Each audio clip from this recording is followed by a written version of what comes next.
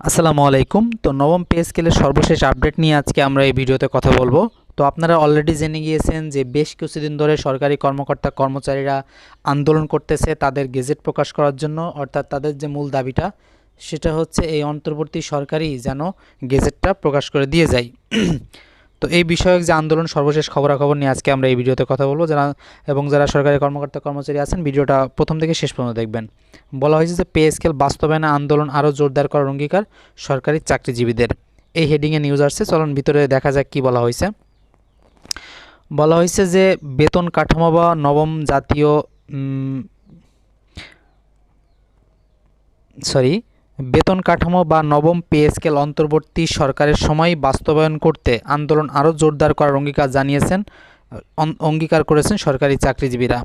তবে বিদ্যুৎ, জ্বালানি ও খনিজ সম্পদ উপদেষ্টা মোহাম্মদ ফাউজুল কবির খান জানিয়েছেন, পে কমিশনের রিপোর্টটি কেবল জমা দেওয়া হয়েছে, তবে এর বাস্তবায়নের ভার পরবর্তী নির্বাচিত সরকারের উপর ন্যস্ত থাকবে।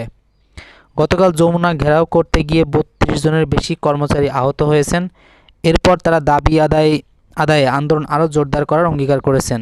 একই দাবিতে শুক্রবার বেলা ৯টার দিকে রাজধানীর কেন্দ্রীয় শহীদ মিনারে এই সমাবেশ অনুষ্ঠিত হয়।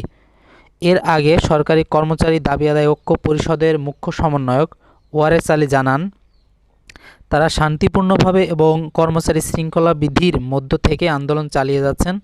সরকার ৩১ জানুয়ারির মধ্যেই নবম জাতীয় বেতন কমিশনের গেজেট প্রকাশ করবে বলে আশা করা হয়েছিল। তবে সরকারি কর্মচারী দাবি আদায় ঐক্য পরিষদের মুখ্য সমন্বয়ক ওয়ারেস আলী বলেন, কর্মচারীরা শান্তিপূর্ণভাবে এবং কর্মচারী শৃঙ্খলা বিধির মধ্য থেকে আন্দোলন চালিয়ে যাচ্ছেন। সরকার ৩১ জানুয়ারির মধ্যে নবম জাতীয় বেতন কমিশনের গেজেট প্রকাশ করবে বলে প্রত্যাশা করা হয়েছিল, কিন্তু নির্ধারিত সময়ের মধ্যে গেজেট প্রকাশ না হওয়ায় কর্মসূচি আরও জোরদার করা হয়েছে। তো এটাই ছিল মূলত নবম পে স্কেলের সর্বশেষ আপডেট। ধন্যবাদ সকলকে, ভালো থাকবেন, সুস্থ থাকবেন, আল্লাহ হাফেজ।